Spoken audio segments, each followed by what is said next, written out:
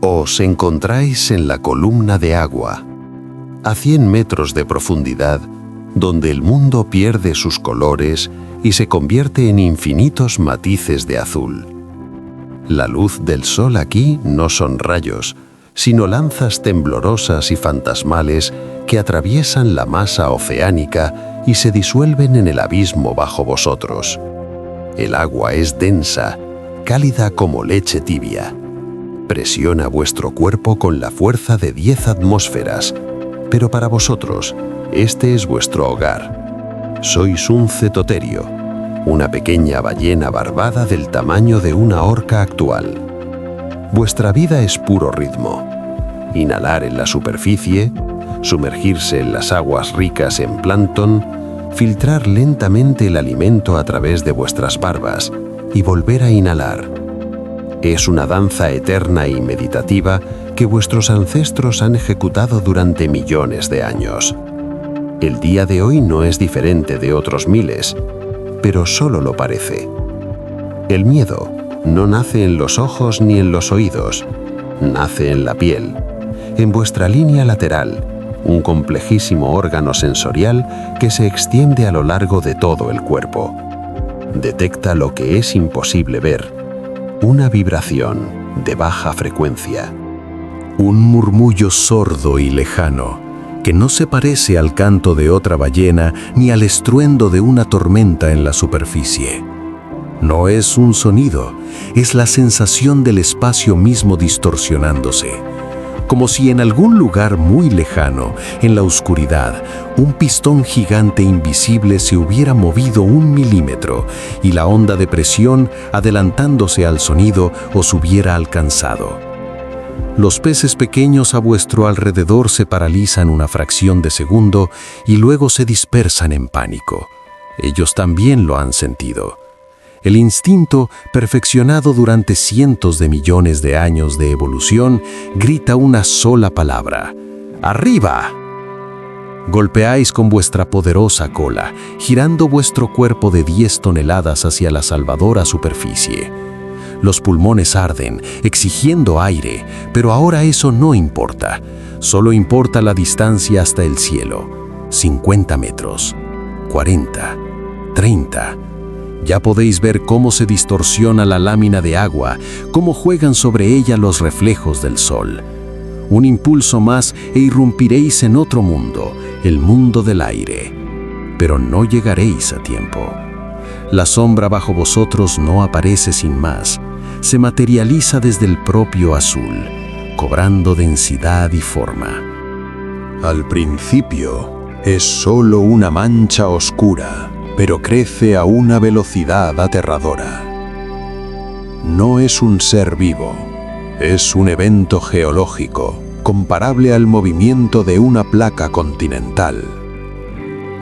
Desde el centro de esa oscuridad os observan 2 ojos fríos e indiferentes del tamaño de balones de fútbol. Y bajo ellos se abre un portal al olvido. Unas fauces lo bastante grandes como para tragarse una furgoneta. No solo tragarla, borrarla del libro de la existencia.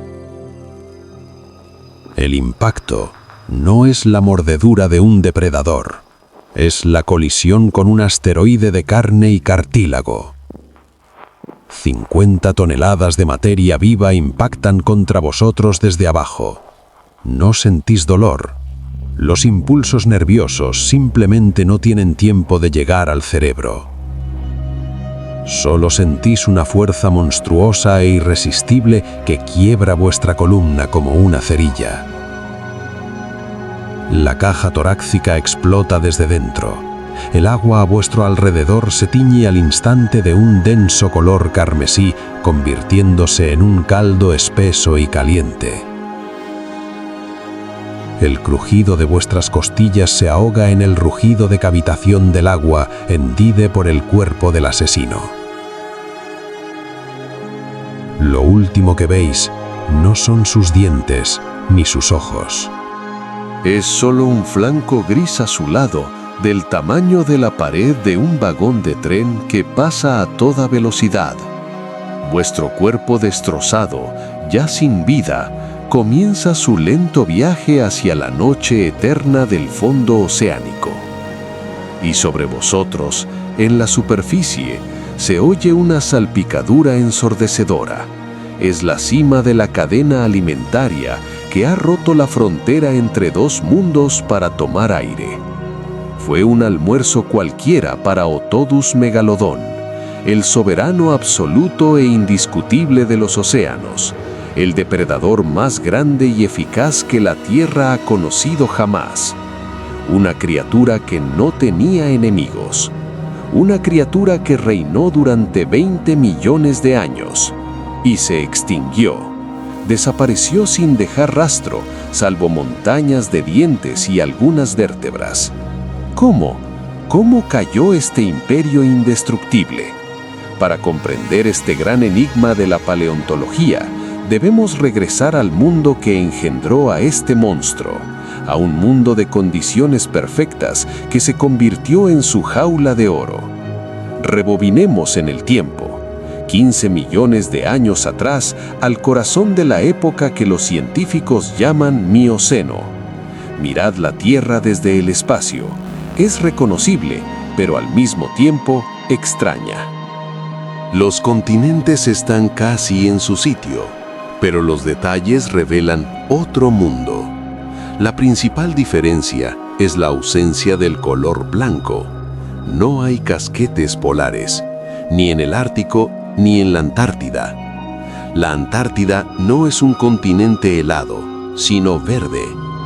Densos bosques de hayas australes y coníferas cubren su costa, y en el interior del continente quizás se conservan glaciares, pero no juegan un papel global. El nivel del mar está entre 40 y, en su apogeo, 60 metros más alto que hoy. Enormes territorios que conocemos como tierra firme están inundados. Florida está completamente bajo el agua. La costa de Europa parece un deshilachado fleco de islas. La gran llanura de Londres es un estrecho marino.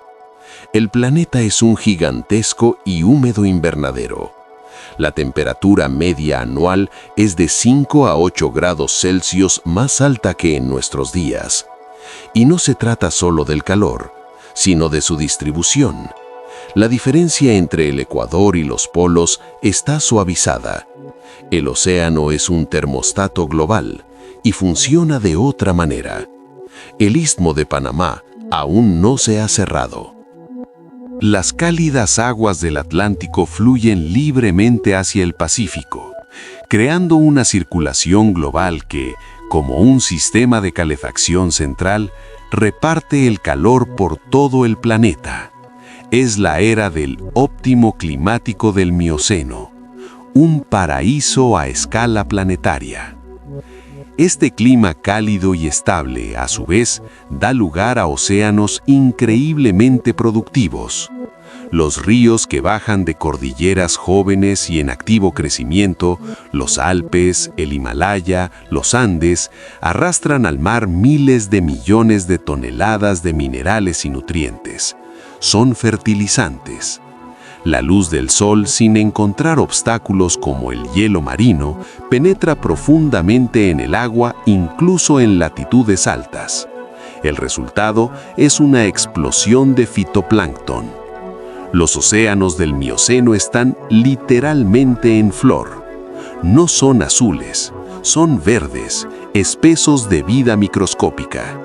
Esta es la base de la pirámide alimenticia, el cimiento sobre el que se construirá el palacio de un titán.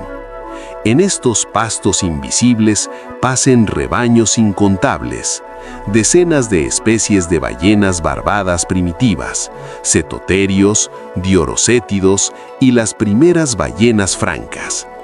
Aún no han alcanzado los tamaños colosales de las ballenas azules o los rorcuales comunes actuales. La mayoría mide entre 7 y 12 metros de largo. Son relativamente lentas, torpes, con una gruesa capa de grasa nutritiva. Son la presa ideal, altamente calórica, predecible, abundante. A ellas se unen dugongos, perezosos marinos gigantes como Thalassocnus, que reman torpemente por las costas, y las primeras focas y delfines. El océano del Mioceno es un buffet libre abierto 24 horas.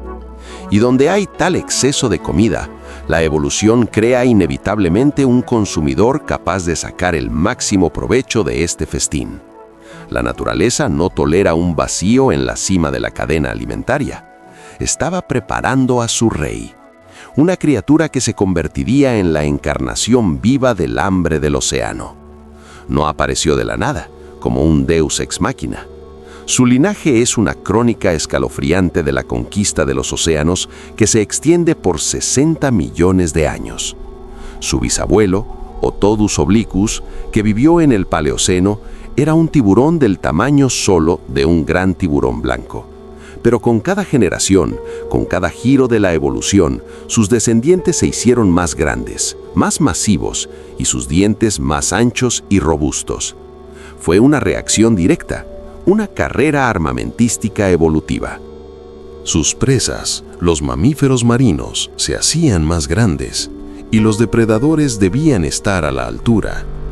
El megalodón, o para ser precisos, Otodus megalodon, no fue solo otro eslabón en esta cadena, fue su culminación, el acorde final, el arma definitiva, llevada a su límite biológico. Examinemos esta máquina de matar en detalle, como un ingeniero examina los planos de un caza de combate. Olvidaos del gran tiburón blanco. Compararlos es como comparar una pistona con un obús. La longitud de un adulto era de 15 a 18 metros, y quizás algunos gigantes alcanzaban los 20. Es la longitud de un autobús articulado o un vagón de tren. Su peso, de 50 a 60 toneladas, y según algunas estimaciones, incluso más. Es la masa de 10 elefantes africanos, comprimida en un torpedo de hidrodinámica perfecta. Su esqueleto no era de hueso, sino de cartílago, lo que le ahorraba peso. Pero para soportar las tensiones creadas por músculos capaces de mover semejante mole, sus vértebras estaban calcificadas hasta alcanzar una dureza comparable a la del hueso. El verdadero terror comenzaba en la cabeza. Un cráneo masivo y romo daba paso a un hocico cubierto por miles de sensores. Pero lo principal estaba debajo, las fauces. En su máxima apertura, su altura alcanzaba los 2 metros y su anchura casi 3. Dentro podría aparcar un coche pequeño. Dentro de ese portal, una cadena de montaje letal. Unos 276 dientes dispuestos en 5 filas. Un diente de megalodón es una hoja triangular del tamaño de la palma de un hombre adulto. Sus bordes están cubiertos de finas y perfectas sierras, como las de una sierra para metal. No estaban diseñados para desgarrar, sino para cortar con precisión quirúrgica, para atravesar piel gruesa, decenas de centímetros de grasa y triturar huesos. Cuando un diente de la fila delantera se rompía contra la costilla de una ballena, caía. Y desde la fila trasera, como una bala en la cinta de una ametralladora, uno nuevo, afilado y listo para la acción, ocupaba su lugar. A lo largo de su vida, un megalodón podía generar y reemplazar hasta 40.000 de estas cuchillas. La fuerza de su mordida, reconstruida mediante modelos informáticos, alcanza cifras astronómicas, de 110.000 a 180.000 newtons. Es 10 veces más potente que la mordida de un gran tiburón blanco y 3 veces más que la de un tiranosaurio. Con tal fuerza, no solo se puede arrancar un trozo de carne, se puede aplastar la caja torácica de una ballena pequeña como una lata de refresco. Se puede cercenar la aleta caudal de un solo movimiento. No era una mordida, era una prensa hidráulica equipada con cuchillas. Pero la fuerza bruta era solo la mitad de su secreto. La otra mitad era el aparato sensorial más sofisticado de la historia del planeta. Su vista era aguda y sus ojos probablemente tenían una capa reflectante, como la de los gatos, para cazar en el crepúsculo y en las profundidades. Pero esa no era su principal arma. Las fosas nasales en la punta de su hocico conducían a unos bulbos olfatorios gigantes en el cerebro. Podía detectar una gota de sangre disuelta en millones de litros de agua. Para él, el océano era un tapiz de olores, donde el rastro de un animal herido era un brillante hilo escarlata que conducía directamente al objetivo. Todo su cuerpo estaba cubierto por los neuromastos de la línea lateral, que captaban las más mínimas vibraciones del agua, permitiéndole sentir el movimiento de su presa a cientos de metros. Pero su arma definitiva eran las ampollas de Lorenzini. Miles de poros diminutos en el hocico, rellenos de un gel electroconductor. Eran capaces de detectar los campos eléctricos más débiles, generados por la contracción muscular de cualquier ser vivo. Para el megalodón, el mundo era doble. El mundo visible y un mundo de fantasmas eléctricos. Sentía el latido del corazón de una ballena oculta en aguas turbias mucho antes de poder verla. Esta máquina biológica era perfecta, estaba idealmente adaptada a su tiempo, a su océano cálido y abundante. Era el rey, el emperador, el dios de su mundo. Pero toda perfección tiene un precio, y el precio del gigantismo del megalodón se medía en toneladas de carne fresca, todos los días, sin descanso ni fines de semana. Esta era su mayor ventaja, y su talón de Aquiles, su sentencia de muerte oculta, que simplemente esperaba su momento. Parece invulnerable, una montaña viva de músculos y dientes, la encarnación de una fuerza imparable, pero su verdadero secreto, su principal superpoder, no residía en el tamaño de sus mandíbulas, sino en lo más profundo, a nivel de la bioquímica celular. Para entender al megalodón, hay que entender su fuego interior. Estamos acostumbrados a dividir el mundo en animales de sangre fría, como los lagartos o la mayoría de los peces, y de sangre caliente, como nosotros. Pero la naturaleza, como siempre, es más compleja. El megalodón era algo intermedio, y ahí residía la clave de su éxito y de su futura perdición, de prohibitivo para un gigante así. En su lugar, utilizaba un complejo sistema de vasos sanguíneos, una especie de intercambiador de calor para calentar solo las partes más importantes de su cuerpo, el cerebro, los ojos, los músculos natatorios y el estómago. La sangre que provenía de los músculos calientes en funcionamiento calentaba la sangre venosa fría que regresaba de las branquias. Era una criatura con un reactor nuclear interno. Esta sangre parcialmente caliente le otorgaba ventajas colosales. Su cerebro y sus ojos, al operar en modo caliente, le proporcionaban una reacción más rápida y una mejor visión en las profundidades oscuras y frías. Sus músculos, al mantener una temperatura óptima, podían generar aceleraciones explosivas, impensables para un pez de sangre fría de su tamaño. Su estómago caliente, a su vez, funcionaba como un alto horno, digiriendo la comida mucho más rápido y eficientemente, lo que le permitía extraer el máximo de calorías de cada bocado de grasa de ballena.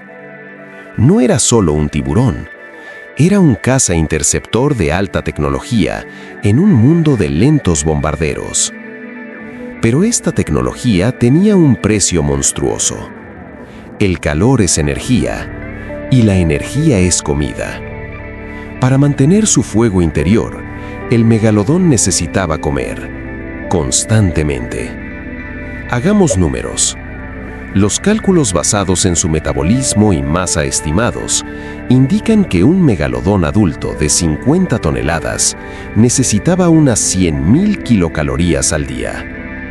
Es el equivalente energético de 300 kilogramos de carne pura, cada día, durante toda su vida.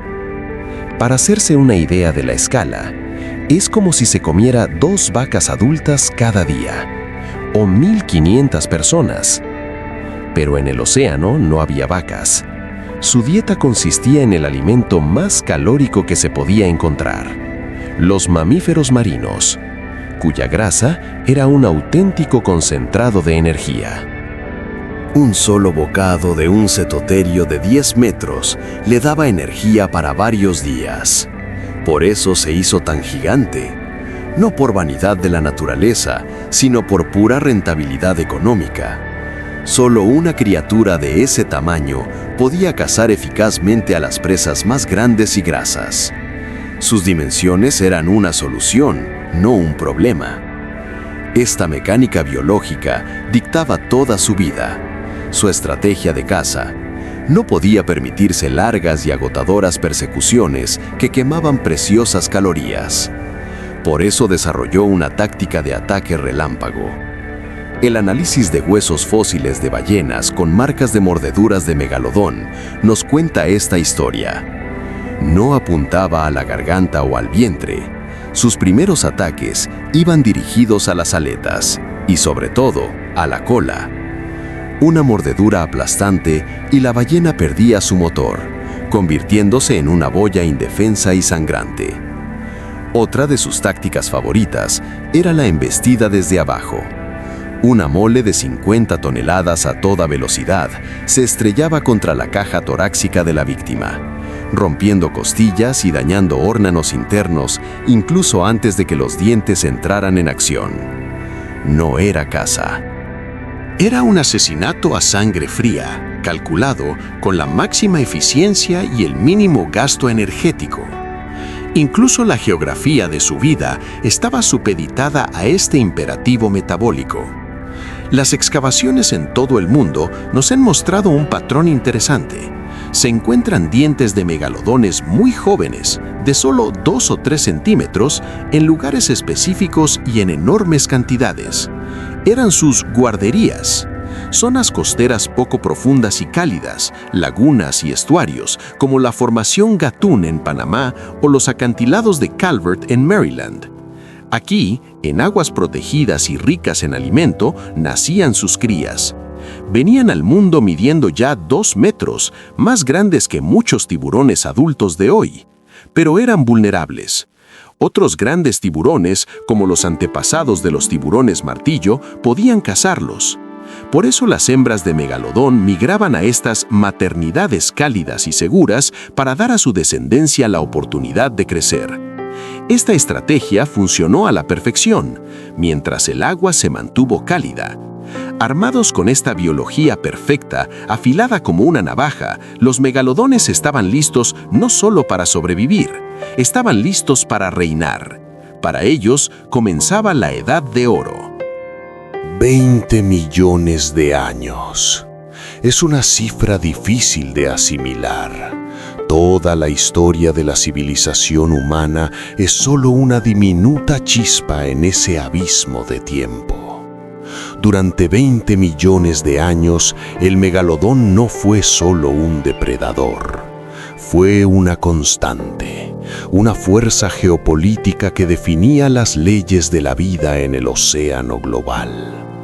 Su imperio no tenía fronteras. Sus dientes se encuentran en todas partes, en las costas de América del Norte y del Sur, en Europa, África, en el fondo del Océano Índico, en las costas de Japón y Australia. Donde quiera que las aguas fueran lo suficientemente cálidas y profundas, allí estaba él. Fue el primer superdepredador verdaderamente cosmopolita.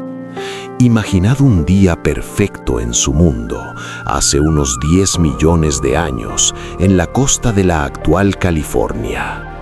La mañana comienza con la luz del sol filtrándose a través de densos bosques de algas pardas gigantes, creando en el agua una especie de catedral gótica con vibrantes vidrieras azules. Un megalodón macho de 18 metros patrulla lentamente el borde de este bosque submarino. No busca presas activamente, simplemente se desplaza, como un monarca inspeccionando sus dominios. Sus movimientos son perezosos, llenos de la conciencia de su propio poder. Los peces pequeños se dispersan ante él como el polvo ante una corriente de aire. Un grupo de delfines primitivos, al ver su silueta, cambia de rumbo y se adentra en mar abierto. Incluso otros grandes tiburones, como los antepasados de los tiburones tigre, se mantienen a una distancia respetuosa. Su presencia altera el comportamiento de todo el ecosistema. Es el centro de gravedad alrededor del cual orbitan todos los demás. Su olfato capta un olor débil pero insistente. Olor a grasa y sangre.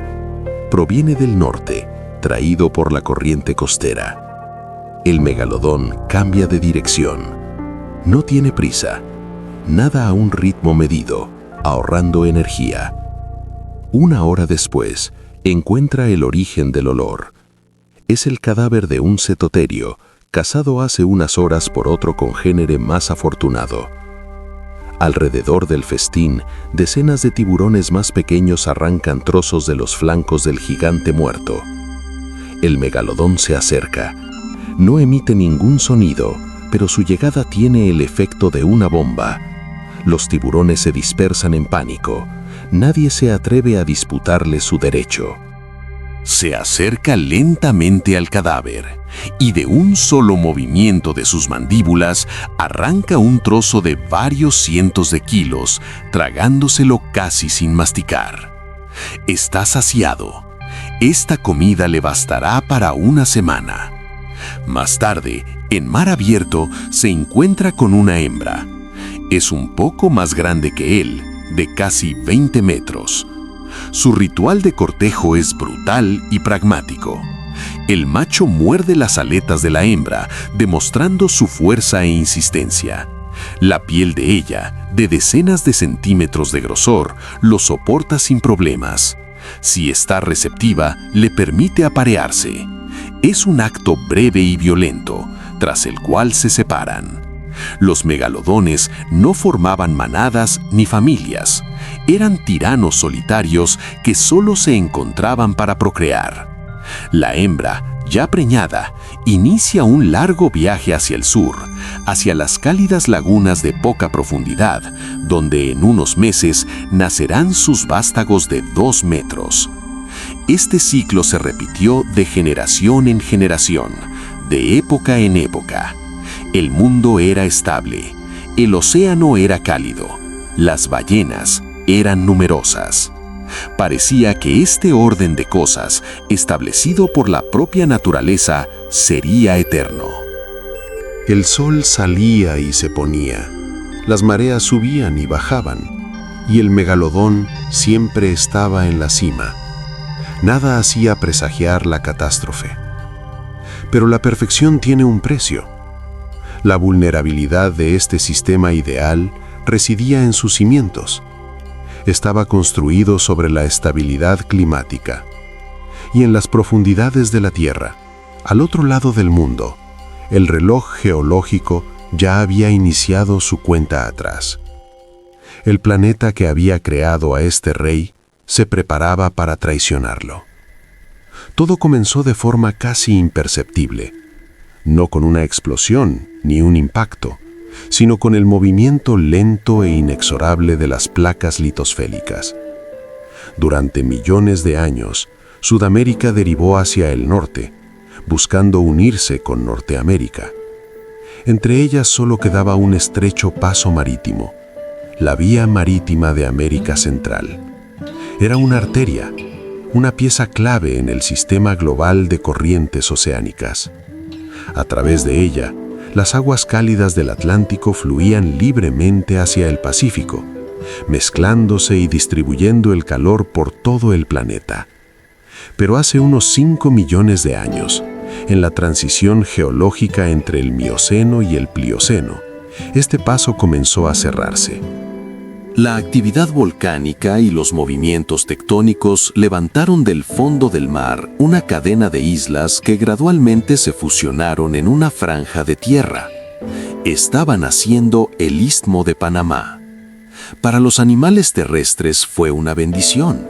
Comenzó el gran intercambio americano y la fauna de 2 continentes se lanzó al encuentro. Pero para el océano fue una catástrofe. La arteria quedó pinzada. El cierre del Istmo de Panamá fue el detonante de una reconfiguración climática global. Las corrientes cálidas del Atlántico, al no tener ya salida al Pacífico, se vieron forzadas a girar hacia el norte. Así nació, o más bien se intensificó enormemente, la corriente que hoy conocemos como la Corriente del Golfo. Transportó gigantescas masas de agua cálida y, lo que es más importante, muy salada y densa, hacia las costas de Groenlandia y el Atlántico Norte.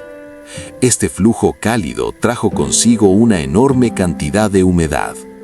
En las latitudes altas, esta humedad comenzó a precipitar en forma de nieve. La nieve se acumuló, se compactó y se convirtió en hielo. Los casquetes polares del hemisferio norte comenzaron a crecer. Esto desencadenó un mecanismo de retroalimentación. Cuanto más hielo, más luz solar se refleja de vuelta al espacio y más se enfría el planeta. Al mismo tiempo, en el Polo Sur, la ya formada corriente circumpolar antártica aisló a la Antártida de las aguas cálidas, condenándola a una congelación profunda. El invernadero global del Mioceno comenzó a enfriarse. El mundo del megalodón se desmoronaba. No lo sintió de inmediato, pero el océano estaba cambiando. La temperatura del agua bajaba lenta pero inexorablemente. La sopa global en la que vivía se estaba estratificando.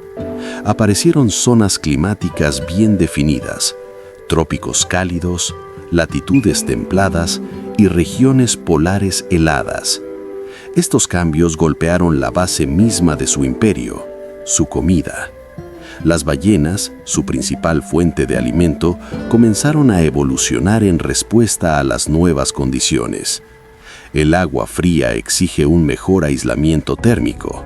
La selección natural empezó a favorecer a los individuos más grandes, ya que un cuerpo grande pierde calor más lentamente que uno pequeño. Las ballenas comenzaron a crecer rápidamente de tamaño, pero lo más importante es que cambiaron su comportamiento. Las nuevas y frías aguas polares, enriquecidas con oxígeno y nutrientes que ascendían de las profundidades, se convirtieron en zonas de cría explosiva para el krill y los peces pequeños. Para las ballenas, estos eran nuevos e increíblemente ricos caladeros. Empezaron a migrar. En verano se iban al norte o al sur, a las aguas heladas para engordar, y solo regresaban a las latitudes cálidas para reproducirse. Para el megalodón fue una catástrofe. Se encontró atrapado. Su metabolismo, su sangre caliente requería una cierta temperatura ambiental. No podía seguir a las ballenas a las aguas heladas del Ártico y la Antártida. Simplemente se habría congelado, gastando toda su energía en calentar su cuerpo. Quedó confinado en el cinturón tropical y templado que se vaciaba a marchas forzadas. Sus restaurantes cerraban durante medio año. Los rebaños de ballenas, que antes estaban por todas partes, ahora eran un fenómeno estacional. El hambre, algo desconocido para sus antepasados, se convirtió en una nueva realidad para el megalodón. El gran depredador, que había reinado durante 20 millones de años, miraba por primera vez un océano vacío. El mundo que lo había creado estaba desapareciendo. Y mientras pasaba hambre en sus aguas cada vez más frías pero más pobres, nuevos competidores, más eficientes y despiadados, entraban en escena. El último clavo en su ataúd no lo pondría el frío, sino los dientes de sus vecinos más pequeños, pero más inteligentes y voraces.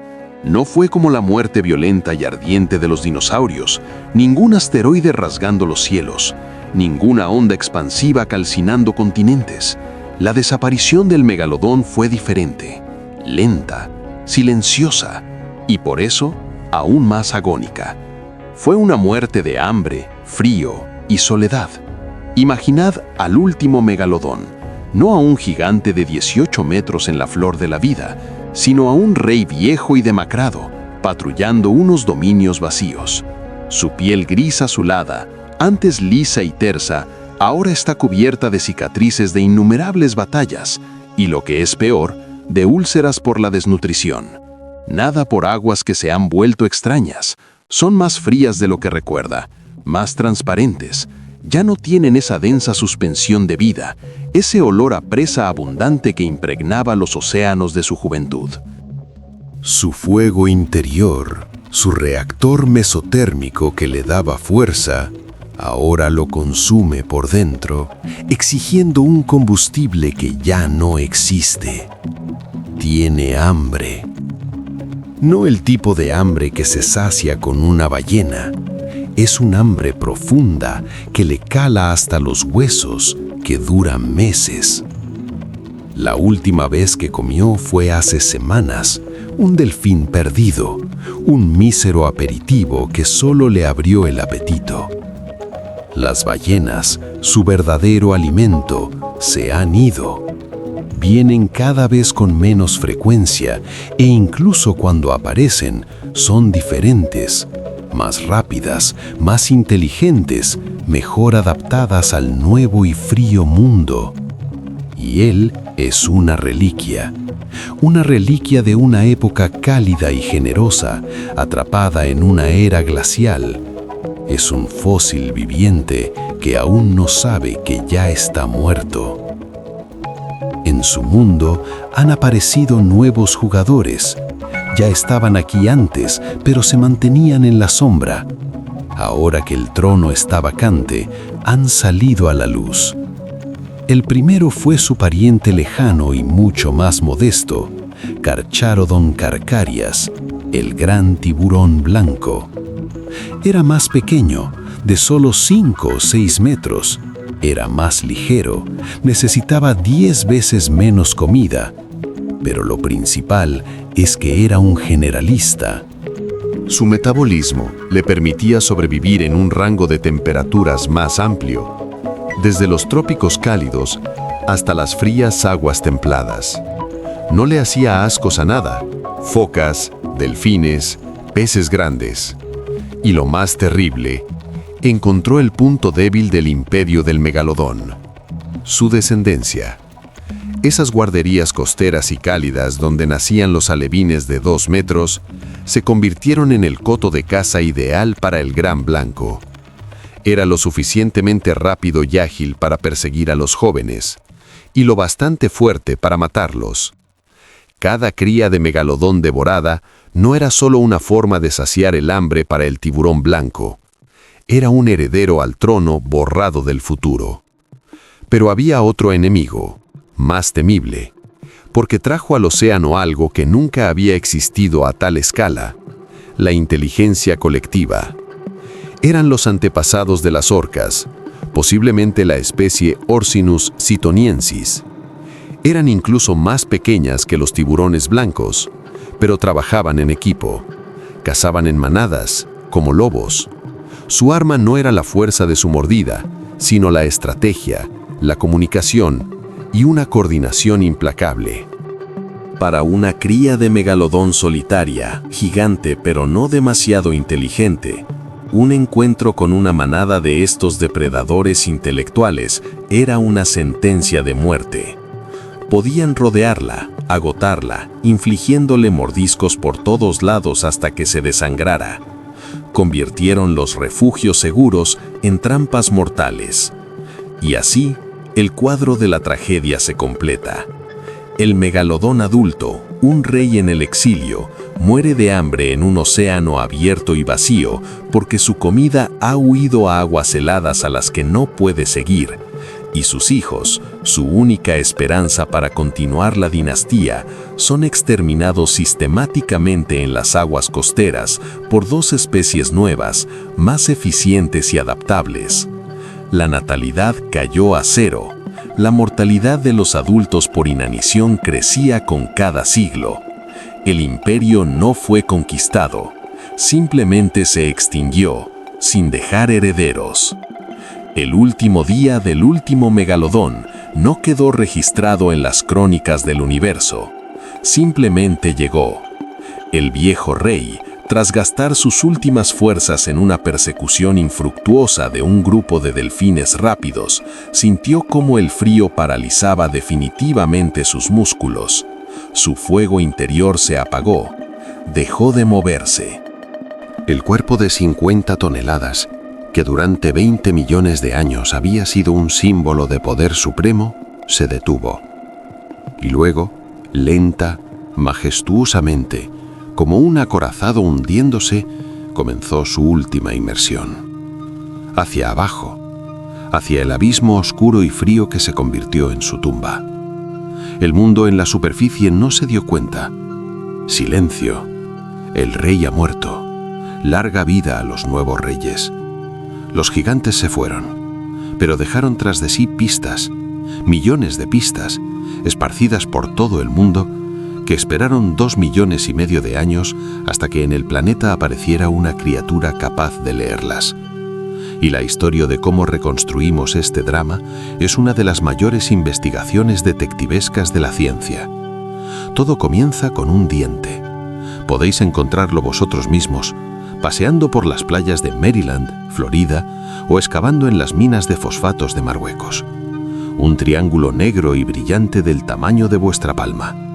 Cuando en el Renacimiento la gente encontraba estas piedras por primera vez, creían que eran lenguas petrificadas de dragones o serpientes gigantes. No fue hasta el siglo XVII cuando el naturalista danés Nicolás Steno, al compararlas con los dientes de un tiburón moderno, comprendió que eran los restos de un depredador marino gigante. Así comenzó la investigación. Pero, ¿cómo reconstruir una criatura de 50 toneladas a partir de un solo diente y unas pocas vértebras encontradas? Los únicos restos óseos que se conservan de él. Aquí es donde la ciencia se convierte en arte. Las primeras reconstrucciones fueron sencillas. Los científicos tomaron un gran tiburón blanco y simplemente lo ampliaron a las dimensiones necesarias. Pero con el tiempo quedó claro que era más complejo. La forma de los dientes, su anchura, el grosor de la raíz, todo indicaba que el megalodón era más masivo, con una mandíbula más corta y ancha. No era un simple tiburón blanco a gran escala, era un tanque. Hoy en día, para reconstruir su apariencia, se utilizan superordenadores potentísimos que crean modelos hidrodinámicos tridimensionales para entender qué forma corporal sería la más eficiente para una criatura de ese tamaño. La ciencia no se detiene. El retrato del monstruo se refina constantemente. Siguiente pregunta. ¿Qué comía? La prueba directa parecía imposible, pero se encontró. Los paleontólogos descubrieron huesos fósiles de ballenas antiguas cubiertos de profundos arañazos. Cuando compararon la distancia entre esos arañazos con la distancia entre las sierras de los dientes de megalodón, coincidieron a la perfección. Era un análisis balístico del pasado profundo. El apogeo llegó con el hallazgo de vértebras de ballena con fragmentos de dientes de tiburón incrustados. Era la pistola humeante en la escena del crimen. La dieta estaba demostrada. Pero, ¿cómo investigar la propia extinción? Aquí entró en juego la geoquímica, una ciencia capaz de leer la historia escrita en los átomos. Los científicos aprendieron a analizar los isótopos de zinc contenidos en el esmalte de los dientes fósiles. Diferentes proporciones de isótopos indican la posición de un animal en la cadena trófica. Estudios recientes de dientes de megalodón y de gran tiburón blanco de la misma época arrojaron un resultado impactante. Sus firmas isotópicas se solapaban. Esto significaba que comían lo mismo. Eran competidores directos. Fue la primera prueba sólida que indicaba que la aparición del gran tiburón blanco no fue una coexistencia pacífica. ¿Y qué hay del frío? Las pruebas del enfriamiento global están literalmente bajo nuestros pies. El análisis de los núcleos de hielo de la Antártida y Groenlandia nos permite asomarnos a la atmósfera del pasado. Las burbujas de aire atrapadas en el hielo son cápsulas del tiempo que muestran con precisión la composición de la atmósfera y la temperatura a lo largo de millones de años. Y estos datos lo demuestran claramente. Fue en el periodo comprendido entre 5 y 2,5 millones de años, en el Plioceno, cuando se produjo una drástica caída de las temperaturas globales y comenzó la formación de los casquetes polares del hemisferio norte. Los datos geológicos lo confirman, mostrando cómo las costas retrocedieron a medida que el agua quedaba atrapada en los glaciares. El rompecabezas encajó. El megalodón, un especialista gigantesco adaptado a un océano cálido y rico, se enfrentó a la tormenta perfecta. El clima cambió, privándole del acceso a su principal alimento. Y en su debilitado hogar aparecieron dos nuevos depredadores. Uno competía con él por la comida y el otro destruía sistemáticamente a su descendencia. No fue una derrota en una batalla, fue una derrota estratégica en una guerra de desgaste. Sin el meticuloso trabajo de miles de científicos, sin estos dientes, huesos e isótopos, la historia del mayor depredador de todos los tiempos habría quedado sin contar. Pero estos descubrimientos no solo nos hablan del pasado, nos dan la clave para entender nuestra propia e increíble existencia. Sin este dominó geológico fortuito que condujo a la extinción del megalodón, la historia de la vida en la Tierra habría seguido un camino completamente diferente. Y en ese camino, muy probablemente, no habría habido lugar para nosotros. Cuando el último megalodón se posó en el fondo, el océano no se volvió más seguro. Simplemente se volvió diferente. A rey muerto, rey puesto. Con la desaparición del monarca absoluto, nuevos gobernantes ascendieron al trono. Fueron aquellos que contribuyeron a su caída, el gran tiburón blanco y, sobre todo, la orca. Se repartieron su imperio. El Gran Blanco se convirtió en la reina de las aguas costeras y las latitudes templadas, una máquina perfecta para cazar focas y leones marinos. La orca, gracias a su inteligencia y estructura social, se convirtió en la dueña de todo el océano mundial, desde los helados mares polares hasta las cálidas aguas tropicales. La evolución apostó no por el tamaño y la fuerza bruta, sino por la inteligencia y la cooperación. Pero la consecuencia más asombrosa de la desaparición del megalodón no tuvo que ver con los depredadores, sino con sus antiguas víctimas, con las ballenas. La extinción de un superdepredador que durante millones de años se especializó en cazar ballenas de tamaño mediano, 10-15 metros, eliminó una enorme presión evolutiva sobre ellas. El camino hacia el gigantismo estaba abierto. Sin la amenaza constante de ser devoradas, las ballenas podían permitirse crecer más para alimentarse de krill de forma más eficiente en aguas frías. Fue precisamente tras la extinción del megalodón cuando aparecieron en escena los verdaderos colosos, las ballenas azules, los rorcuales comunes, las yubartas. Paradójicamente, la muerte del mayor cazador de ballenas de la historia es lo que posiblemente permitió la aparición de las ballenas más grandes de la historia. El océano que conocemos hoy, con sus gentiles gigantes, es un mundo construido sobre los huesos del megalodón. Pero la conexión más profunda e inesperada entre su muerte y nuestra vida se encuentra en tierra firme.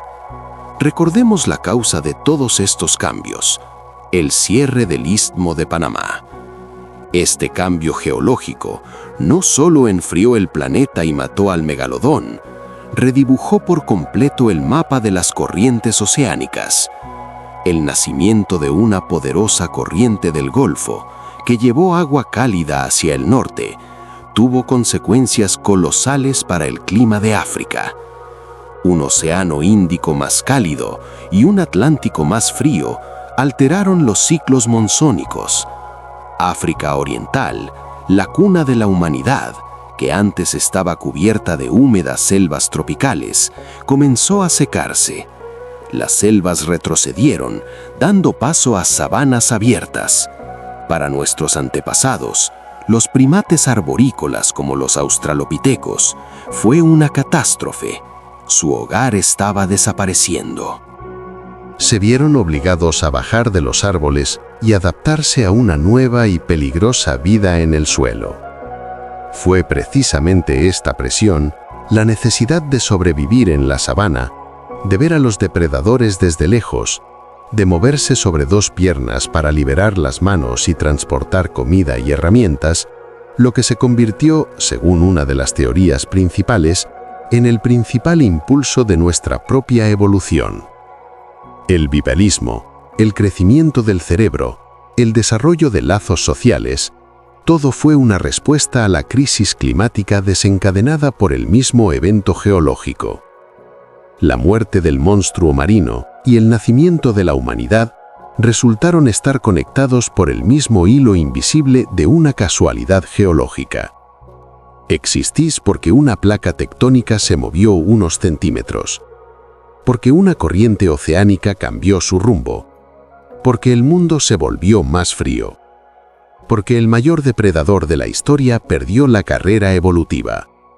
Su tragedia es el prólogo de vuestra historia. La historia de la Tierra no es una línea recta, es una espiral compleja e impredecible de nacimientos y muertes, donde la caída de uno abre el camino para el ascenso de otro.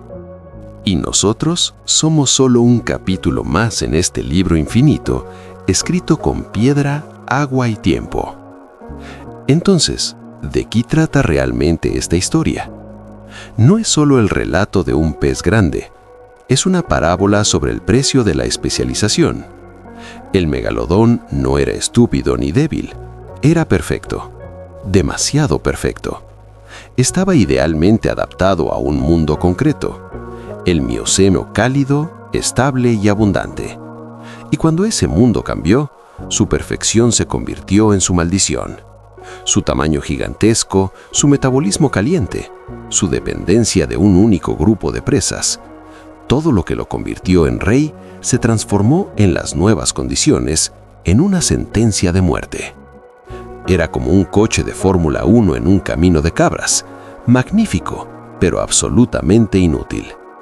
Su historia es la mayor lección que nos enseña la paleontología. El dominio es temporal. Nadie reina para siempre. La evolución no conduce a una cima, simplemente permite sobrevivir en las condiciones actuales.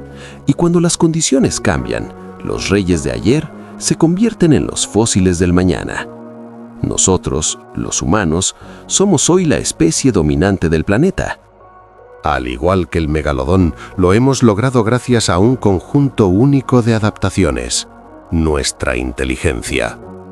Pero al igual que él, nos hemos vuelto profundamente dependientes de la estabilidad de un sistema planetario que nosotros mismos estamos alterando.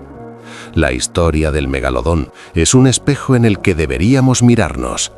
Él no vio cómo cambiaba su mundo y no pudo hacer nada. Nosotros sí lo vemos, y eso nos impone una responsabilidad colosal.